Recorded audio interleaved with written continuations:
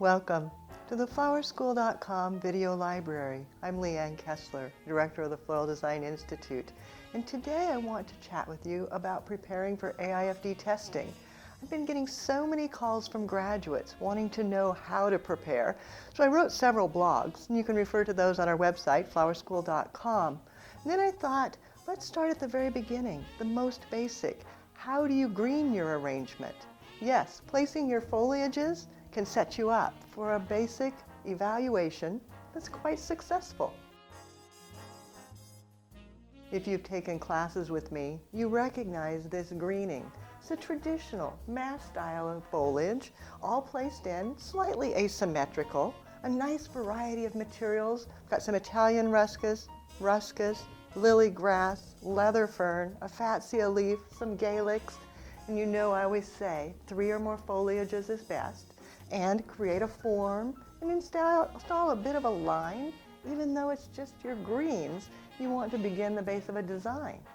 Now, this is what you do not want to do. Yes, all those things I've taught you, it works wonderfully for commercial design, but for evaluation, it doesn't work as well. And let me show you how you have to adjust to make it work.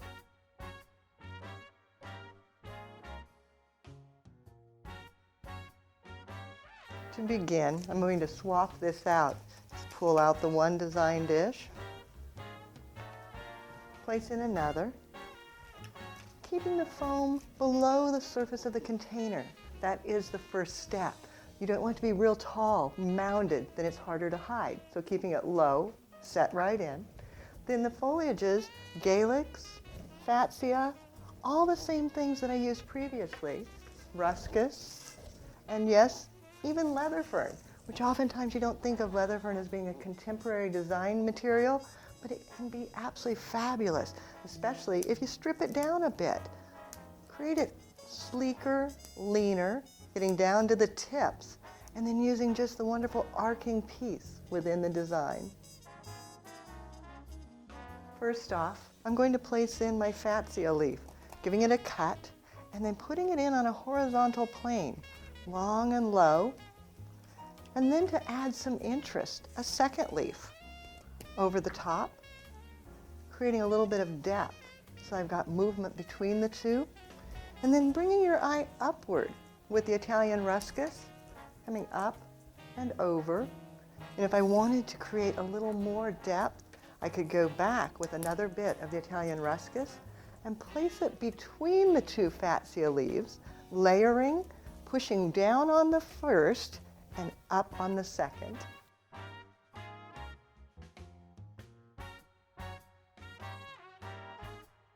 You can create depth in your design, one of the criteria for evaluation, with your foliages.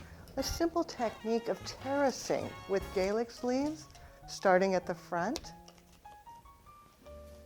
placing it in, breaking the line of the container, and then stair-stepping or terracing back through the design, pulling them through from one side all the way to the center, and then you're going to come back out the opposite side, again breaking the line of the container in the back and then terracing through. And this creates a horizontal line, pulling your eye from one side of the arrangement to the other, creating depth front to back. Then sometimes it's what you don't use. So taking the time to prune and clip out, just as we did with the bit of leather fern, before you add another thing to keep that open, airy movement.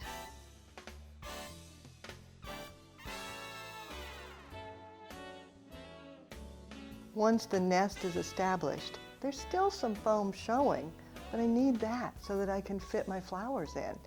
Now I want to go ahead and set them before I finish adding the last greens, but I keep it all very, very open. I look at the flowers, determine which ones will match the look that I want. This one coming up nice and tall, giving it a cut, and then setting it right down, following the binding point that I established. Repeating the lines. You can see how this line and this line, I've got this one So maybe bringing in a second.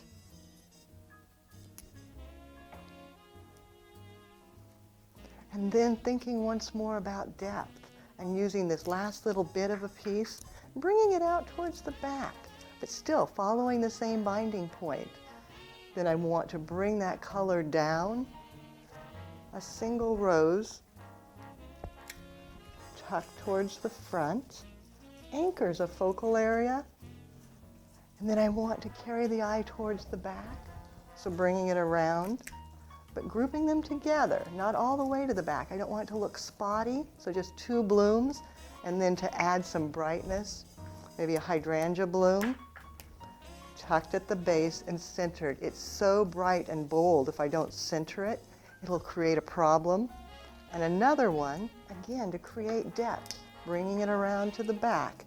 Whatever you do in the front, you want to carry to the back, drawing the eye from one side of the arrangement all the way through.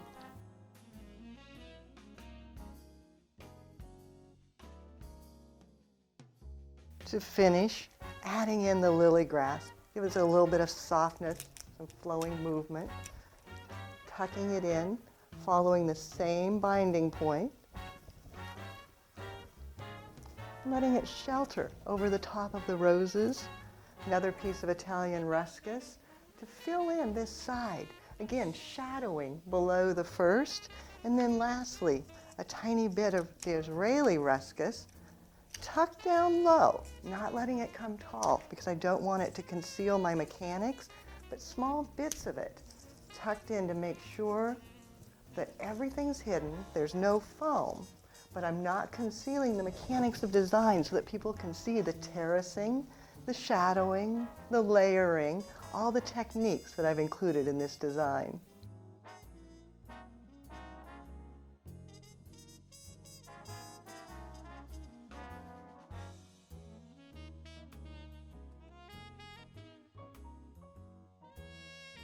When I chat with our graduates and advise them on how to prepare for the AIFD testing, I tell them they have one major responsibility, and that is to create a design that's easy for the evaluator to critique.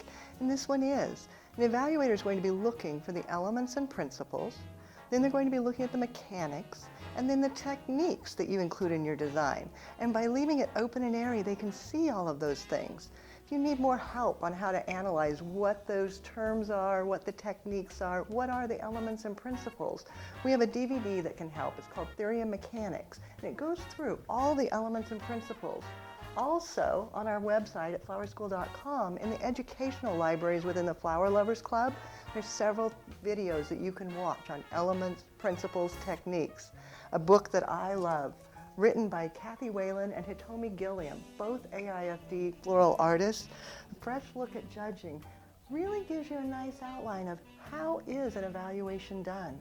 And then, of course, if you are a signed-up candidate, you've received your AIFD book. And it has all of the terms, all of the words, all of the knowledge that you need so that you can really study and prepare for successful testing. And you can find all of these things on our website as well. If you haven't gotten yours yet, you can go on there at flowerschool.com. If you have questions, you can contact us through there or pick up the telephone at 503-223-8089. And of course, I'm always here as your advisor. Use my personal email. It's Leanne, Leanne, at floraldesigninstitute.com. I look forward to working with you and helping you succeed at becoming AIFD. Now it's your turn. Have fun and do something you love.